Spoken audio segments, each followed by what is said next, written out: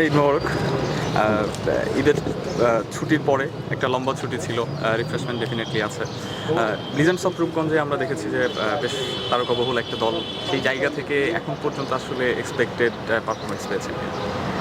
আমি বলবো যে ওভারঅল ফার্স্ট লিগ যে কটা ম্যাচ হয়েছে, আমাদের যে টিম আপনি বললেন যে আমাদের যে টিমে বেশ কিছু ন্যাশনাল প্লেয়ার আছে এবং পেন অ্যান্ড পেপারসে আমরা স্ট্রং টিম।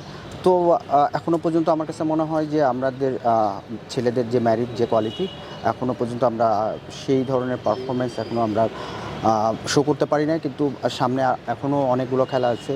তো ছেলেদেরকে আসলে আমরা সেভাবে এখন থেকে রেডি করব এই পরবর্তী ম্যাচগুলোর জন্য, যেন আমরা ভালোভাবে ব্যাক করতে পারি। আবাহনী এবং মোহামেডান দুটো তো বড় টিম, তাদের সাথে হারজিত থাকে, খুবই স্বাভাবিক। কিন্তু ধানমন্ডির সঙ্গেও আপনারা হেরেছেন, মানে মনে হচ্ছে গেম প্ল্যান কি আসলে ঠিকভাবে এক্সিকিউট করতে পারছেন আপনি? দেখেন না যে এই বছর কিন্তু কিছু টিম আছে যারা ইকুয়ালি সবাই কম বেশি আমি বলবো যে সবাই কাছাকাছি শক্তিমত্তার দিক থেকে। তো এটা হইতেই পারে এবং সব টিমই যেদিন এইগুলো টিম খুবই ইকুয়াল এবং ম্যাচ ডেতে যারা আসলে ভালো খেলছে এবং যে প্ল্যান করে আসছে ওই এক্সিকিউশন যাদের ভালো হচ্ছে তারাই ভালো খেলছে। তো স্টিল আমি আমার ছেলের উপরে এখনও খুবই আশাবাদী এবং তাদের আমরা সবাই ব্যাক করছি তাদেরকে সেভাবে, যারা কোচিং স্টাফ আছে বা ম্যানেজমেন্ট আছে। আমি আশা করছি হোপফুলি আমরা আসলে এখন যে ম্যাচগুলো আছে ফার্স্ট লিগের এবং ইনশাল্লাহ সুপার লিগে আমরা যাব এবং ওইখানে আমরা আসলে ভালোভাবে রেসে থাকবো। ঈদের পরে একটা রিস্টার্টই বলা চলে, সেই জায়গায় মানে নতুন কোনো পরিকল্পনা আছে যেটা নতুন? জানেন যে একটা রেস্ট চলে গেলে আসলে ছেলেরা মেন্টালি স্ক্যাটেড হয়ে যায়, বিভিন্ন আসলে ফ্যামিলির সময় দেয়। তো আমাদের আসলে প্রিপারেশন নেওয়ার সময়টাও আসলে কম।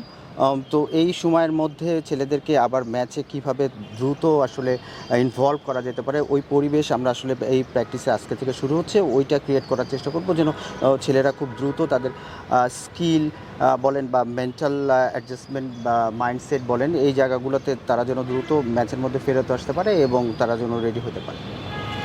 দলে যে খেলোয়াড়রা আছেন নিজের করেছে, সেই তুলনায় পারফরমেন্স থেকে আপনি খুশি, নিজে থেকে খুশি? আসলে পারফরমেন্স কিছু ভালো পারফরমেন্স হয়েছে এবং কিছু অ্যাভারেজলি ছিল এবং কিছু জায়গায় আমার মনে হচ্ছে যে ছেলেদের আরও ডেভেলপ করার স্কোপ আছে। তো আমরা সেই সব জায়গা নিয়ে আলোচনা করছি এবং পরবর্তী ম্যাচগুলোতে আসলে আমরা সেই জায়গাগুলোতে আমরা ফোকাস থাকবো, যে এই জায়গাগুলোতে যদি ইমপ্রুভ ভালো করতে পারে পারফরমেন্স, তাহলে ডেফিনেটলি এটা টিমে ইম্প্যাক্ট থাকবে।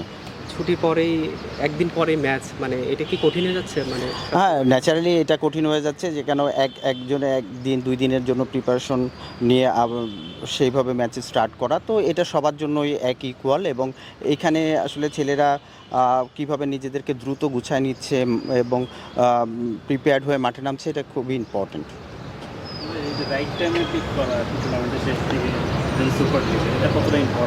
অবশ্যই আপনি জানেন যে টুর্নামেন্ট একটা লম্বা সময় এবং ব্রেক থাকে যে টুর্নামেন্টে।